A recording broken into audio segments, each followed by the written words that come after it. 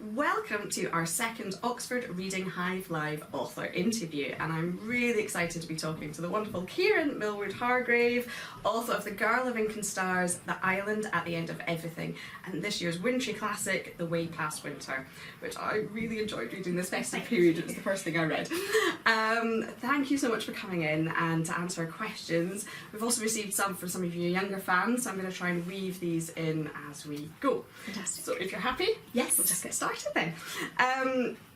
To start, in the last Reading Hive Live interview, we talked to Christopher Edge, who is a huge fan of your books, especially The Island at the End of Everything. He wanted to ask you, if you were on a desert island, what book would you take with you, and what song would you rescue from the water? So the book's fairly easy for me. I would take, if I'm allowed, his Dark Materials as a single volume, so it's not cheating, because I have reread it so many times and am not bored. And I think that that would probably be the only book that would sustain me for such a long time, because I am a really voracious reader and I find it really hard to have one book, but that would be it. So it would be his Dark Materials by Philip Pullman.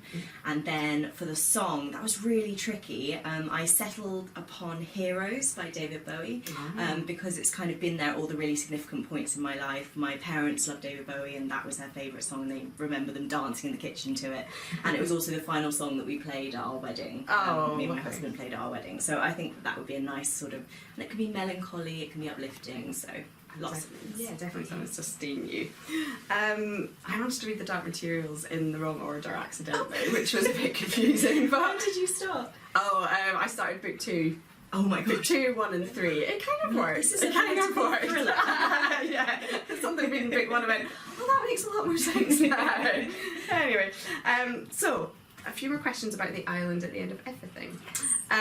Where did the idea for this novel come from, and what particularly inspired you to tell the story of Amy? Someone else would like to know, one of your fans would like to know what inspired you to write about leprosy. So I actually first read about, because The Island at the End of Everything is based on a real place and real events that happened. In 1906, this island in the Philippines called Culion was made into the world's largest leper colony, which basically meant that anyone who didn't have leprosy was taken off the island. And I first learned about it in a poem, actually, at a reading at the Pitt Rivers Museum, just down the road from where we are now. And I came up to the person afterwards, I said, wow, what an amazing concept for a poem, how did you come up with this? And he told me that it was a real place. So I started researching it and a bit more about leprosy, and I suppose to begin with I had this sort of morbid fascination with it, which actually I came to feel really uncomfortable with my reaction to it, because I wasn't seeing these people as people, I was seeing them as patients and as their disease, and that was really important for me when writing the book, to correct that in myself as well as hopefully for my readers, and see them as people first who have a disease, rather than lepers, for example, which is why I've chosen to call them touched and untouched in the book. And Ami seemed like the perfect character. Her voice came through to me really strongly when I found out that people were taken off the island, because that meant that children were being taken away from their parents, which broke my heart, and happens obviously still in some contexts today. So it felt like a relevant story to be telling, and Ami really was the first character that's ever come up and spoken to me and said, tell my story. So it was a really lovely experience to write her story. Yeah, absolutely. So have you ever been, I mean, it's very vividly drawn throughout it, so was it based just on research, or were you able to go out there? Google Maps. Okay. Google Maps is amazing, but I really wanted to get out there, but obviously it's quite a remote location, and funds and things like that, so I wasn't actually able to visit, but it's on my list. I'd very much like to go someday. Yeah. So do you use the internet quite a lot for research? Is that what you're, and well, we've got lots of libraries around here, so is that sort of, is research quite a large part of what you do? It is a large part. I will say that I tend to research as I go. I always put story first, and by that I mean that any detail that's not relevant to my characters I don't include, and I find I've got a historian's brain, so when I'm researching and I'm finding something really interesting, I find it hard to leave things behind. So what I tend to do is start writing with kind of my ideas of what's true, and then once the character's really strong, I go back and research, you know, what's she eating, what's she seeing, you know, what's the texture under her feet actually feel like. So I tend to let my character lead my research rather than the other way around. To help sort of flesh out exactly, to make it feel vivid. Amelia, one of your fans, has spotted that you have included butterflies in both The Island at the End of Everything and The Girl Living in Stars. Do they hold sort of particular interest for you, or was it accidental? Was it completely deliberate? Well, it's somewhere in the middle. So I love butterflies. I think they're beautiful, but when I was researching The Island at the End of Everything, I discovered how incredibly resilient they are. There's these mass butterfly migrations that take place from Mexico to California, and they fly at the height of the Empire State Building, and in such numbers they show up on weather systems reports like hurricanes do. And this kind of, the conflict between something that seems fragile but is in fact very resilient felt very compelling to me as a writer. In Girl, there's a scene where a butterfly is pinned to a wall, and I suppose I came to see that as a sign of cruelty, because it's pinned to a wall in the baddie's house, in the villain of the pieces. And so that really was a seed for Mr. Zamora in The Island at the End of Everything, who I think is the worst character I will ever write, and also my favourite, because he's so complex, and I really came to sympathise with him, actually, and feel sorry for him, even though he's so horrible. And his sort of fascination with the butterflies is that he wants to keep them perfect. He doesn't want the world to damage them, and so he's like, well, I kill them before they can get harmed by the world. And in his head, that makes sense. So I was really interested in exploring what kind of things could happen to a person to make them think like that. So definitely butterflies hugely interest me. Thinking a bit about your characters and your reactions to characters, the heroine Ami goes on just an incredible journey in the novel. What do you admire most about her? Oh, I love her so much. It's probably for Ami, it's her kindness.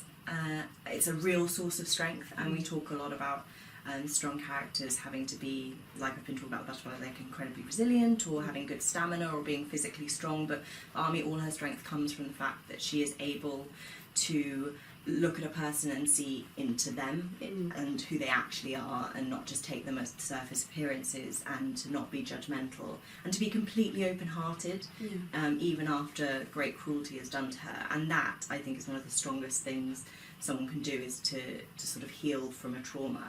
And she's very much based on my husband, which is probably why I'm hugely fond of her. And I told him I was basing my main character on him. He said, oh, is he like a big, strong, handsome man? And I was like, well, he's a 12-year-old girl, but yes, he is. She is very strong. But he loves the character too, and he grew up with 3 sisters, and so spent a lot of time on his own as he wanted to be dressed up as a girl, which I used to do to my little brother too. So yeah, very much fond of Ami. How important do you think it is to have strong female lead characters? And is that something you think about when you're planning novels?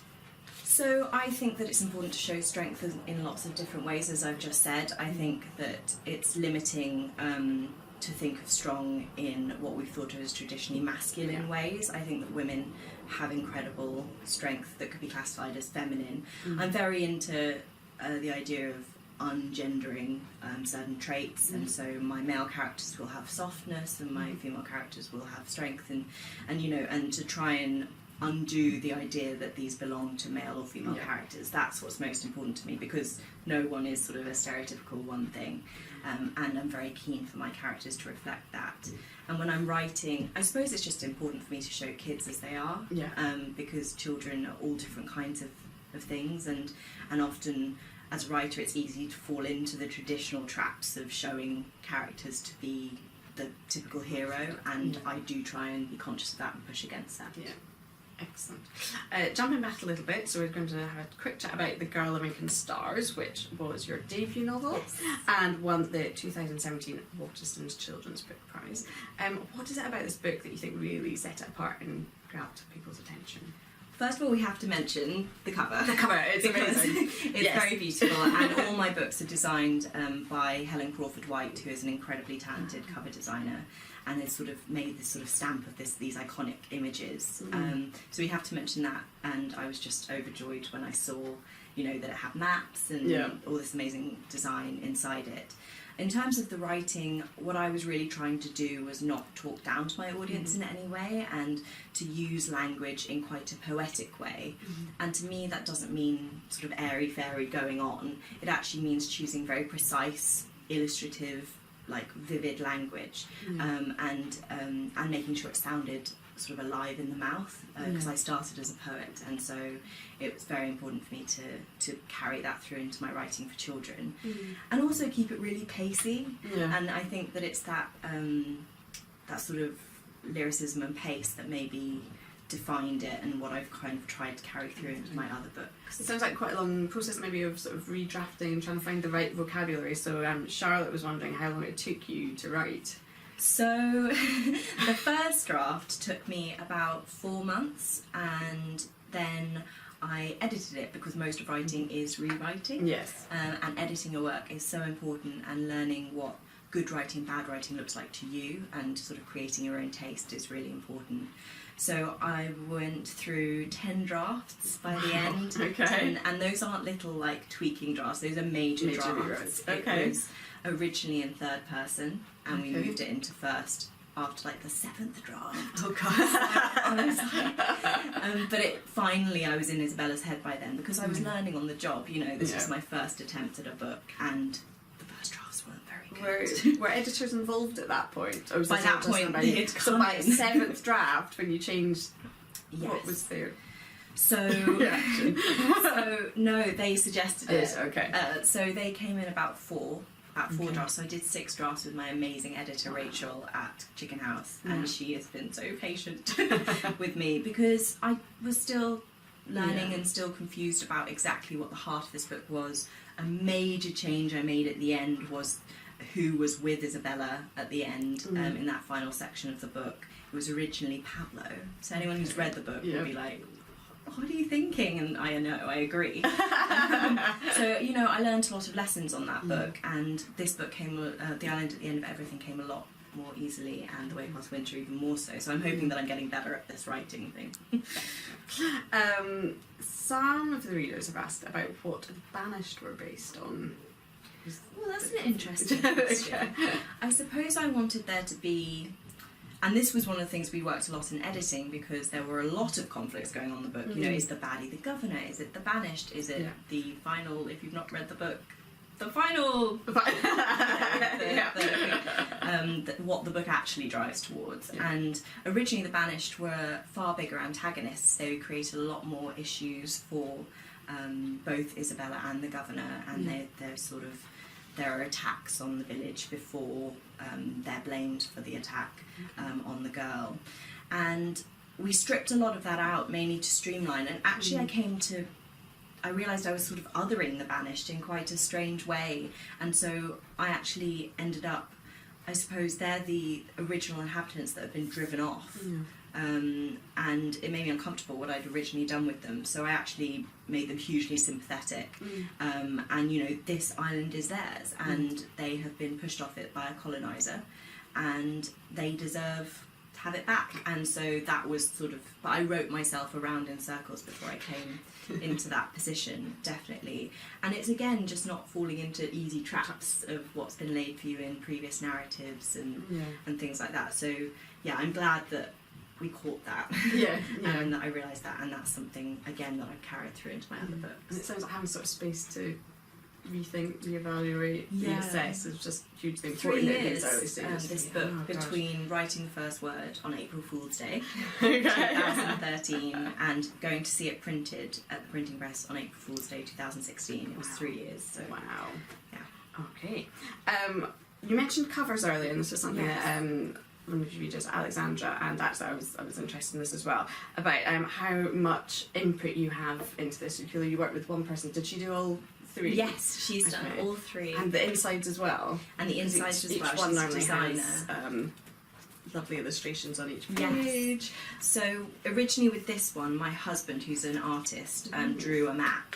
And that was very much the basis for this lovely map inside. And this I saw, and I was given several colour options and sort of bombarded like blue and orange. But beyond that, I didn't really have any feedback. That was amazing. This, I originally saw a different cover and didn't like it, and was just upfront with why that was. It was sort of in pastel colours, and I wanted it to be vivid like this is, and they sit nicely next to each other. So again, I'm very lucky with my publisher, and they really let me talk to Helen, and and communicate, which I'm really lucky with. And then winter, I made a Pinterest board. I always do a Pinterest board. Okay. And then she came up with something just perfect. It's like very sort of like a wood carving, isn't it? Exactly. It's sort of evocative of the time and where it's set. Yes, exactly. It's just magical. So, more generally on the subject of writing, you talked a little bit about your process, but can you share some of your top tips for students who are wanting to write? So first of all, congratulations for knowing that you want to write so young. I'm really jealous of that because I've been writing for about 7 years now, and I think if I'd started at your age I would be a lot better writer and wouldn't have had to do 10 drafts. So I think it's really great, and I think call yourself a writer as early as possible. Even some grown-ups I meet are worried about calling themselves writers, and I think it's really important to validate yourself and to say, you know, I am a writer, I'm taking this seriously. Obviously school comes first, so you have to find a way to fit your writing around your schoolwork or introduce it into your schoolwork. So when you're doing an essay, say in history, like tell the story instead of just going A, B, C through the points. You know, try and lead us through a narrative. And at home I would say set manageable targets, so maybe write 50 words a day, even if that's just what you got up to today. But again, try and tell it as a story, like really start to think of your life maybe as a film. That's what I do. I sort of think about where the camera is it inside me, am I writing in first person, is it on my shoulder, am I writing, you know, in third person? And just read is the number one tip I can give you, is to read as much as possible, because all my best lessons are from books I love. And I would just encourage you to take them apart and think about what works, think about what doesn't. And think about what lessons you would like to carry into your own writing are. Think about reading. What are you currently reading? And is there a book that you wish you had maybe written? Oh, so many. There are so many good books out at the moment. I'm currently reading When We Were Warriors by Emma Carroll, who is amazing, and she writes beautiful historical fiction, and she's got this incredible ability to just put you in that space instantly. And it's a lovely feeling when you open a book and you feel like the author really knows what they're doing and you just trust them, and I always feel that with her, so I'm reading that at the moment. I recently finished Our Castle by the Sea by Lucy Strange, which is set in a lighthouse during World War I, and it's so beautiful. Again, like really lyrical, really puts you in that time and place. And books I wish I'd written, all of Catherine Rundell's books. If I could just steal her brain in a non-creepy way and just put it in my brain, I would do that. And be non-creepy. I suppose I retract that. Okay. But I think she's extraordinary, and I often turn to her books for lessons. I think Mallory Blackman and the way that she captures voices is extraordinary. I love all her books and Chasing Stars that she did recently. I think that's a really good book. And Philip Pullman would be my ultimate. Just think he's just a storyteller, and that's what I value most in books. Is it's not showy language, it's just someone who wants to sit you down and tell you a really good story. So I'm guessing sort of Philip Pullman's been quite an inspiration. Are there any other books that you read as a child that have sort of informed or made you decide you wanted to do it? So Philip Pullman was one of the earliest that I really remember connecting with, and then Matilda, obviously, like the classic answer, but I am Matilda, I'm just watching this glass, like you just wait. And I also really loved Jamila Gavin when I was growing up. She wrote beautiful books, including Coram Boy, and I'm always striving to write something that makes me cry as much as Coram Boy did. Oh, well, I think most of us would be reading those. Tears, if that's what you're looking for. That's very reassuring. Yeah, definitely. And what else did I read growing up? I read so much, and my parents were great readers, which was a real gift, and read a lot of poetry, read Beowulf when I was too young and had nightmares, the Seamus Heaney translation, and grew up with a lot of classical myths and also Indian myths. My mum's Indian, and she brought me up with graphic novel versions of traditional Indian myths, and that was really something that informed my writing going forward. Wow. As you know, we're asking each of our author interviewees to ask a question of the next author, and next month we hope to be interviewing Jo Cotterill. So, what is your question for Jo? Hi Joe, really big fan and really look forward to your interview. My question for you is, if you could live in any book world, which one would it be and why?